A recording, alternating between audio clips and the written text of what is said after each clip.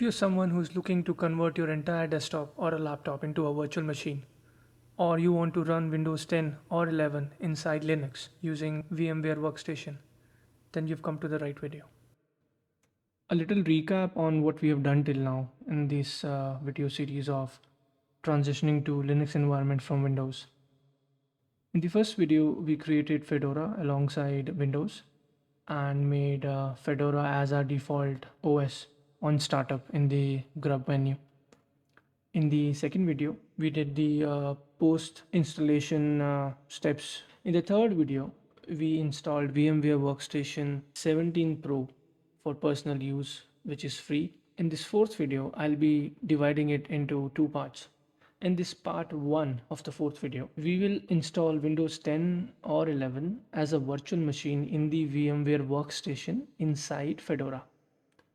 Now the idea is to ensure that you keep logging into Fedora or whatever version of Linux you're using for your daily needs. I'm trying to ensure that you log into Fedora each and every time, and in case for any personal use, for using any software, you can always open VMware Workstation and use Windows 10 or 11 from there rather than booting into Windows altogether. This whole change in the dynamics of logging into Fedora will ensure that with time you start learning Linux as your daily driver.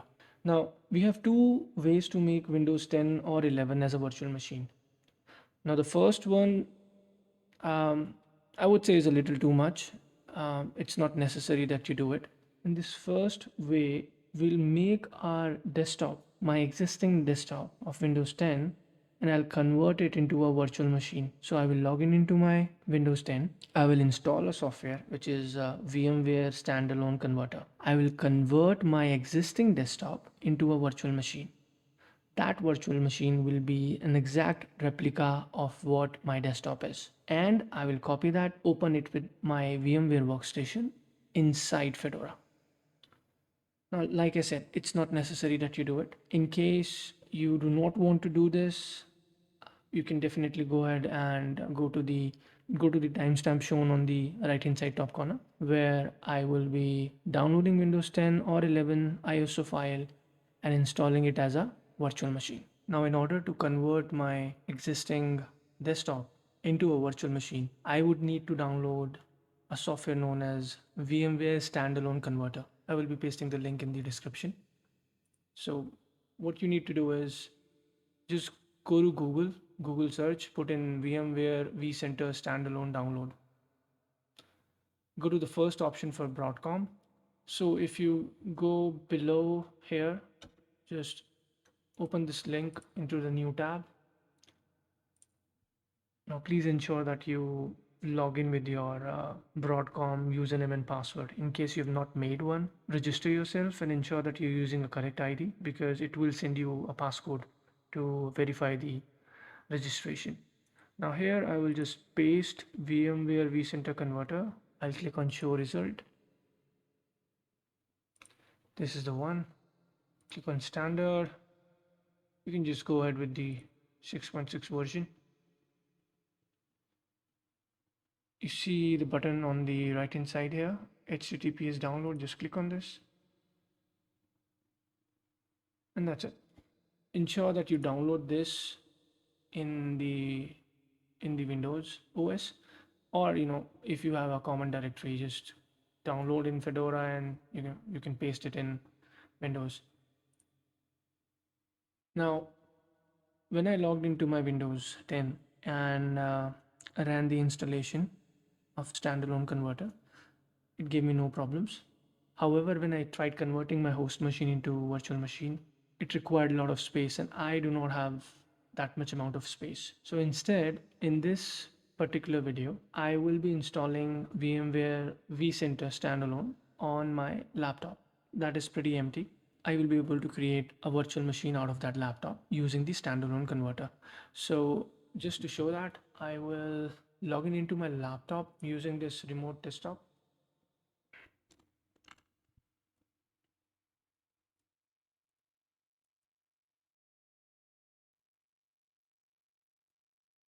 Okay, so as you can see, this is my manufacturer, Lenovo, and this is my system model. This laptop has around 16 GB of memory. I'll minimize this. Now let's do a couple of things which ensures that when we create the virtual machine, we are able to see everything as the correct replica. I'll pin this to start. Now, the installation for VMware standalone converter is pretty straightforward. You don't need to do anything, just next, next, next. Now, one problem that I faced was lack of space in my desktop, right? So in case you're someone who's using a single hard disk or even let's say two hard disks and you do not have space equivalent to your desktop or laptop, then creating this virtual machine may give you errors because it requires an equivalent amount of space like your desktop or laptop has. This pretty much converting your laptop into a virtual machine. So it would need all the specs in terms of space. We'll just click to the license agreement, to the just do the next, next, next, and that's about it. Okay, the icon for VMware vCenter is here. So it says that run the converter standalone client now. So we'll just ensure the tick is there, click on finish. As you can see, VMware vCenter converter standalone allows you to take one of the variety of the machine and convert it into a new virtual machine, VMware virtual machine. Now, we're basically trying to convert my laptop into a virtual machine. So I'll click on convert machine. Now, ensure that you click on this local machine. In my case, it means my laptop. If you click on the source details, it will then try to fetch my machine information. Okay, it is able to see the name. It's a physical machine. We'll go to next. We'll leave the name as it is. And in the destination file, ensure that you're using VMware workstation or other VMware virtual machine.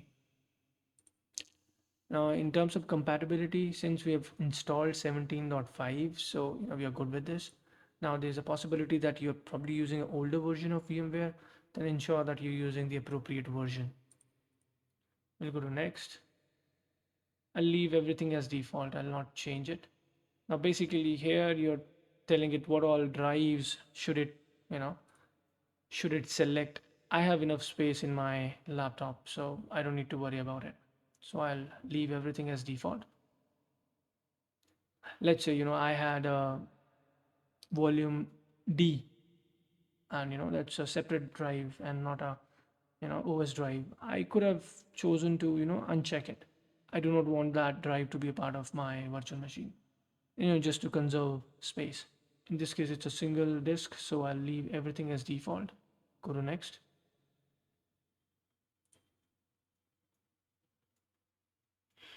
Now it's still giving me a warning. Okay, so we'll just leave it as it is. We'll click on finish.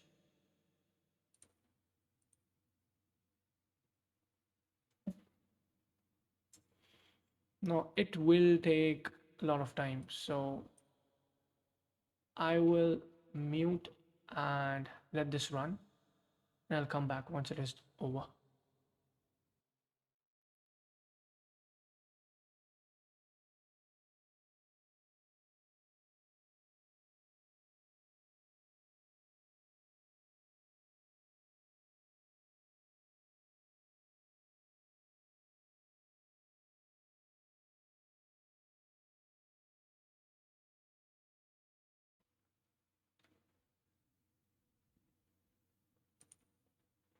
And finally it is done.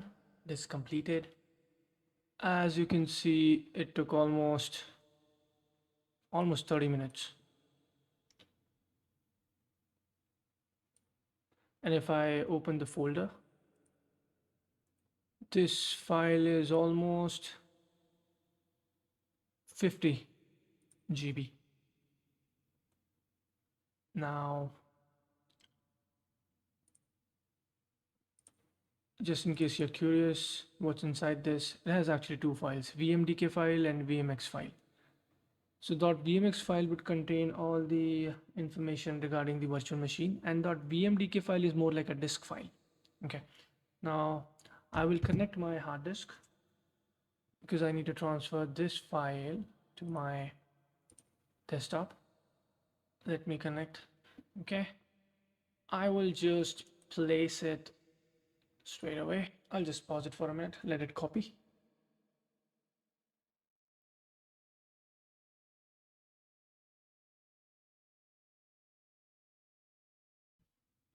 Now while it is copying, let's also download the Windows 10 ISO file.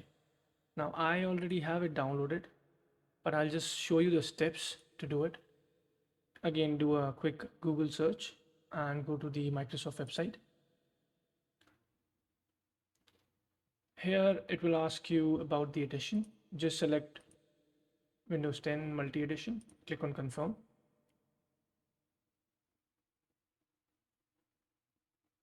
It will then ask you for the product language. I will select English, United States here. And here's the link for 64-bit. You can click on it and it will download. Now I'll just pause the video.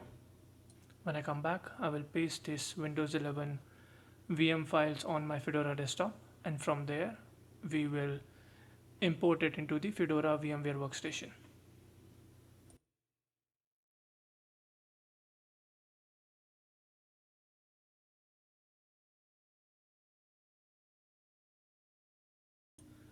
Okay, I'm back, and my virtual machine files for Windows 11 are copied on my Fedora desktop. As you can see, we have a VMX file and a VMDK file. These are the two files that we created using the standalone converter. I'll minimize this window and keep it for now, this remote desktop connection.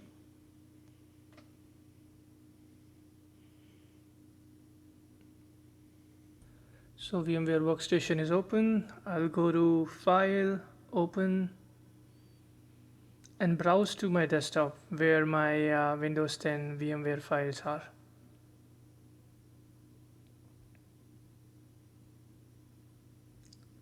These are the files that I just copied.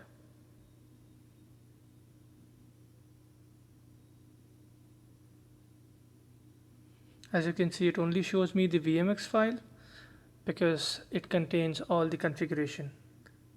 Now if I go back to my remote desktop connection, you can see from my system that I have a laptop which has around 16 GB of RAM, right? Let me minimize this, and if we come here, you can see the memory because it is pretty much the usable RAM that's available, and it's made itself available into the VMX file.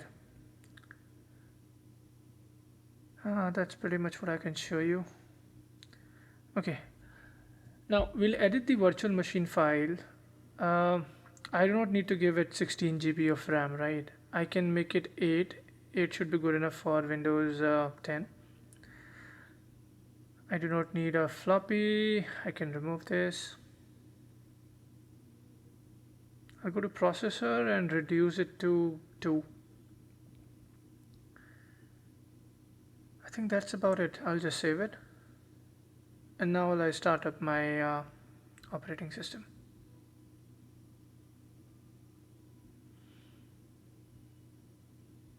You can click on yes here. Now in case you're getting any errors at this point, you will have to Google out, or maybe in case you have any queries, you can put it up in the comment section.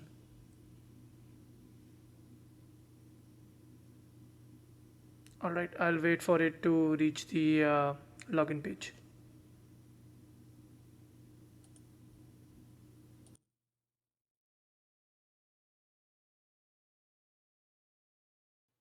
All right, my machine is up. I will now, let's see, it should ideally give us the test username as it was. There you go. I'll use my same password.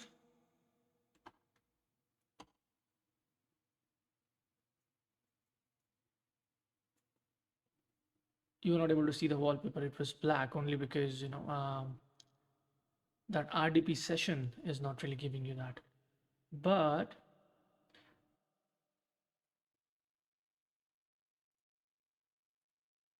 so if I go to, so if I go to a particular folder just to see has it copied everything. Let's say I go to, I mean, you can obviously see that VMware vCenter file is here. The setup file is here, which is already, as you can see on the desktop, right? Now, if you go to download, you can see I have 3 files here, right? I'll just minimize these and go to my virtual machine. I'll go to my downloads folder and you can see they are here as well. Now this means that when we made the virtual machine, all the files and folders that we had in our host machine are now part of the virtual machine. Okay, I'll close this. In fact, let me shut down this virtual machine now that this process is complete. Now again, it is not necessary for you to do all this. Instead, you can just download the Windows 10 ISO file that we just did earlier and create the new virtual machine. For that, all we need to do is go to File, click on New, go to Next, select the ISO file that you've downloaded. I already have that on my desktop. Now as you can see, it already has detected Windows 10. Okay, now it is asking for a Windows product key. Now in our previous import of the Windows 10 virtual machine, it already contained the Windows 10 key. But in this case, since it is a fresh installation, you will have to put in the Windows product key. We can put it later as well. So as of now, I'm going to leave it blank and I'm going to select Windows 10 Pro. Or let me just select the enterprise version. Okay, I'll just go with the Windows 10 Pro. It says you will have to activate it later. I'll say yes. I'll go to next. I'll save it in one file. I'll give it 100 GB. I'll go to next. Customize the hardware. Increase the RAM. Now, in case you know how to do all this, all the configuration and importing or creating a virtual machine, then you're pretty much done for this video, which is the part A of this fourth video. In the next video, I'll show you how to create backup of our Linux machine using time shift so that in case tomorrow anything goes wrong, you can roll back, just like you do in system restore. Now it's telling me that automatically power on this virtual machine. I don't want that. I'll click on finish. All right. I just wanted you to see the virtual machine settings. We have given it 8 gigabytes of memory, 2 processors, 100 GB of hard disk. We've given it NAT. There's a floppy here. We do not want it. We can remove it. That should be all right now. We'll also add one more network adapter and give it bridged. I'll not explain why we are doing this right now. We'll just do it. So we have 2 network adapters now, one with the configuration of NAT and other bridged. Okay, so we'll save it. I'll start the guest operating system now.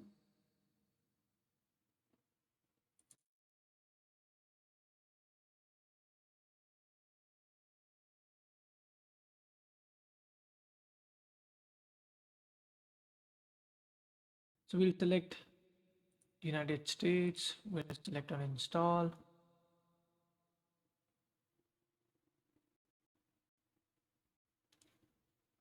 Here, I don't want to put in the product key right now, so I'll just say I don't have product key. I will select Pro here, go to next. We accept the license terms. Select the second option where it says install Windows only. Now there can be a possibility that you have only one partition. Now in that case, let me just delete these partitions. I'll select, highlight each one of them and click on delete and OK. Now when I do this, you can see there's 100 GB of unallocated space. Now if you're getting this, all you need to do is click on new, select whatever is here and click on apply. Now when you do that, you'll get the three partitions as we saw earlier. Click on OK and there you go. Now please ensure that you're selecting the partition which has the highest size. In this case, it's the third one. Ensure that you're highlighting that one and click on next. Now at this point, it will be the normal installation. It will take its own time. So we'll wait for it to complete and wait for it to restart.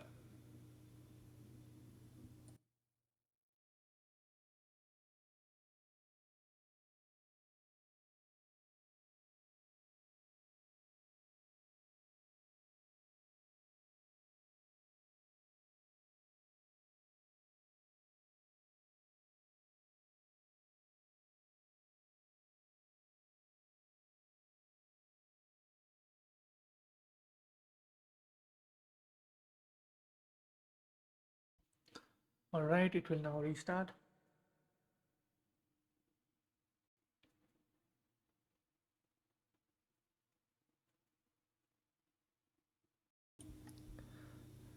Now even after the reboot, it will take almost 5-7 minutes. So I'll just leave it and let it run the process, and I'll come back once it is done.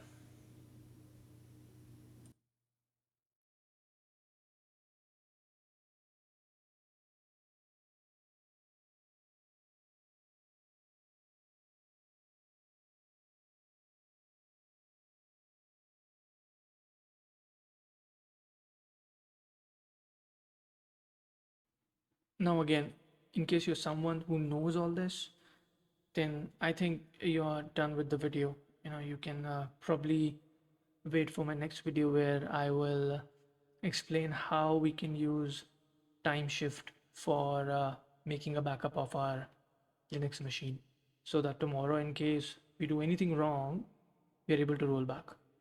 So that's the part second of this fourth video.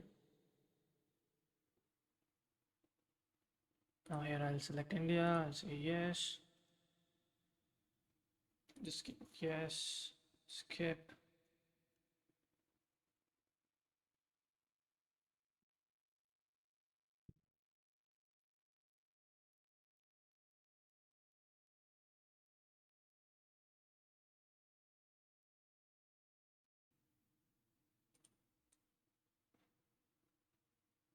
So here I will select setup for personal use.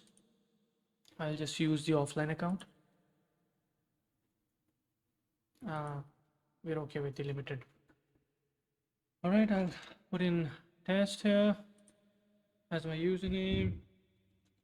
I'll give it a password. I'll confirm the password. For now, I'll just,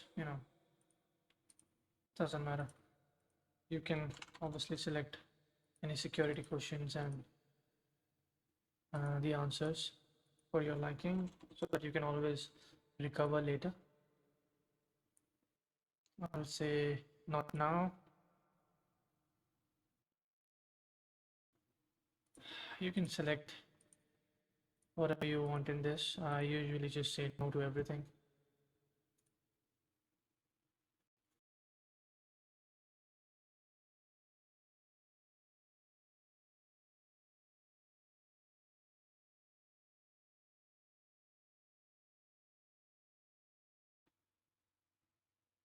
So this should ideally be almost the end of this configuration.